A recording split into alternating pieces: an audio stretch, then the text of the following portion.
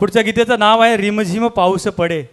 रिमझिम पाऊस पडे सारखा हे गाणं वसंत प्रभू यांनी लिहिलेलं आहे आणि या गाण्यात देखील पावसाचं सुंदर असं वर्णन केलेलं आहे आणि राधाकृष्णाच्या कथांचा संदर्भ या गाण्यात दिले गेले आहेत. चला तर मग आपल्यासमोर येत आहेत हेमलताजी भोसले यांच्या स्वरात आपण हे गाणं ऐकूया.